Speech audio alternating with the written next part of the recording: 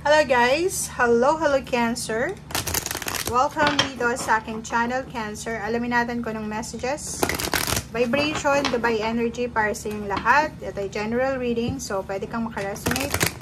Gamitin mo ang iyong intuition sa panonood, Cancer. Okay.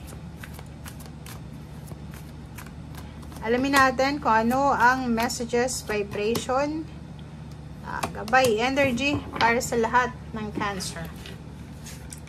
Okay, meron tayo ditong inheritance, travel sa ibang bansa, evolution. Wow. So Cancer, ang nakikita ko sa'yo dito na sa linggong ito, last 2 weeks siya ng May ha, ang dami-dami ditong mangyayari sa'yo. Okay?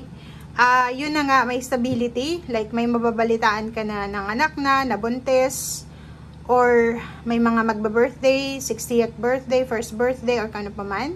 Or nakikita ko siya dito na pinaghahandaan mo siya. Okay? Naghahanda ka. Paki-comment sa comment section. Naghahanda ka para sa stability ng pamilya, celebration. So, pwedeng may binyag, may first birthday, may graduation dito, may 60th birthday, 12th birthday, or kano man to. Or, may parang yun nga, evolution ng buhay. Okay? Nakikita din natin dito na posibleng makatanggap ka ng mensahe galing sa ibang bansa or sa malayong lugar.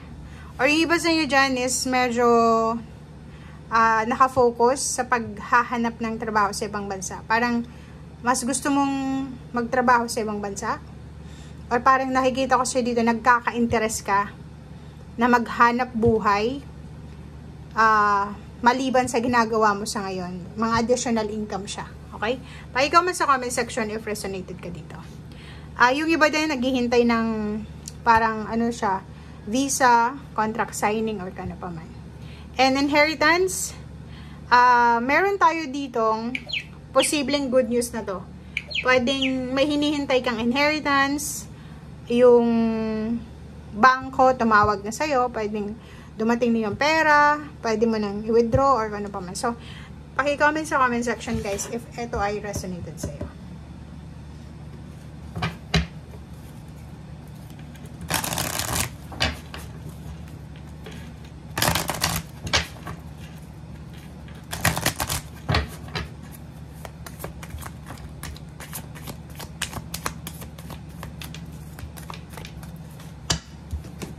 Okay, courage and boundaries.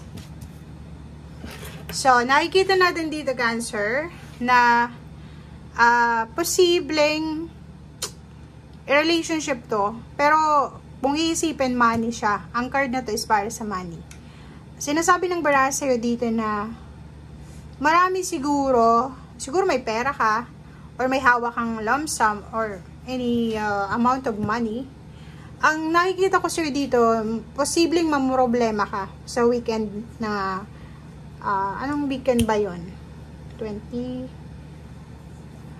26. Parang 25, 26. Within sa week na yan, basta 2 weeks to ng May ha, last 2 weeks ng May. Posibleng mamroblema ka.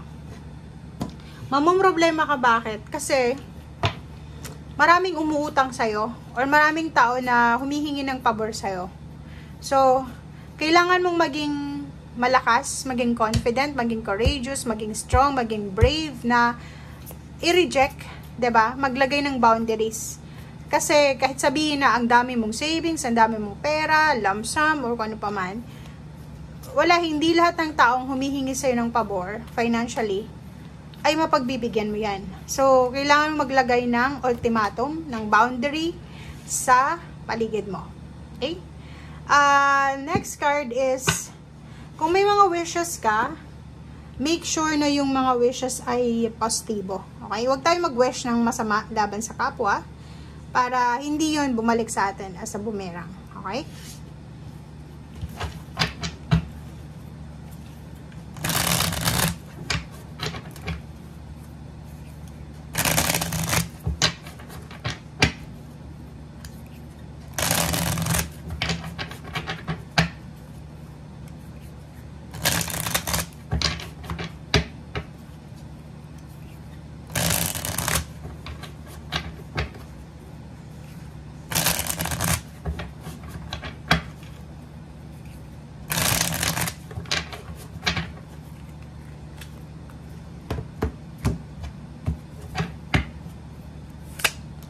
Okay, the star card.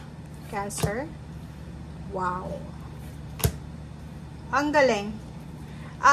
Kung makikita mo to, ang number 17 na to, the star, is either wish fulfillment to sa usaping pera. Kasi number 8 na siya.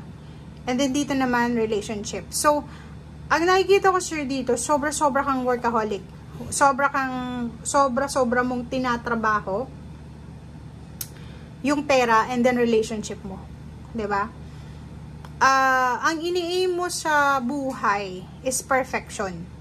Perfect financial opportunity, stability, and emotional stability. Kaya, ang nakikita natin dito, kaya may boundaries dito kasi mabilis kang kumilos eh. Mabilis kang kumilos, parang wala ka ng pahinga. Eh nakikita ko sir dito, pasan-pasan mo ang lahat. Ang dami mong obligasyon. Parang lalaki ka ba or babae, padre de pamilya or nanay or kung ano pa man. Kasi nakikita natin dito, sobrang bigat ng dinadala mo. Sobrang bigat ng obligasyon mo. Sa financial and then sa emotional. Diba? Kasi nag-i-aim ka ng perfection eh.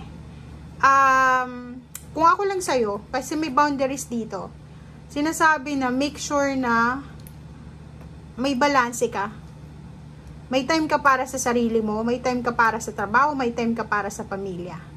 And huwag kang mag-aim ng perfection kasi walang perfecto dito sa mundo. Wala pang nakaka-perfect. Merong sobrang yaman pero hindi masaya or hindi swerte sa relationship. Meron din na sobrang swerte sa relationship pero walang pera, walang trabaho, walang pumapasok na swerte sa pera. Pero walang sino man dito sa mundo na perfecto talaga. Na financially stable na, successful pa sa relationship, walang ganon. So dito sa barahang to, sinasabi na maglagay tayo ng balanse sa ating buhay. Okay. So nakikita ko sir dito, may hinihintay ka.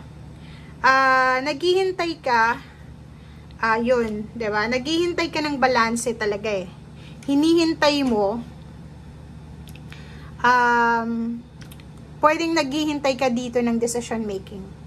Decision making or posibleng offer. So, paki-comment sa comment section. Kasi sabi ng baraha sa'yo dito, huwag kang masyadong magmadali. Kailangan mong pag-isipan ng mabuti. Kailangan mong timbangin. Huwag kang gagawa ng desisyon. Kung makikita mo, meron ditong parang wini-weigh, diba, yung weight ng box. Kailangan mong timbangin yung situation. Huwag kang gagawa ng desisyon na hindi mo pinag-iisipan. Okay? So, yan guys ang sinasabi ng baraha. Thank you and see you again. Bye!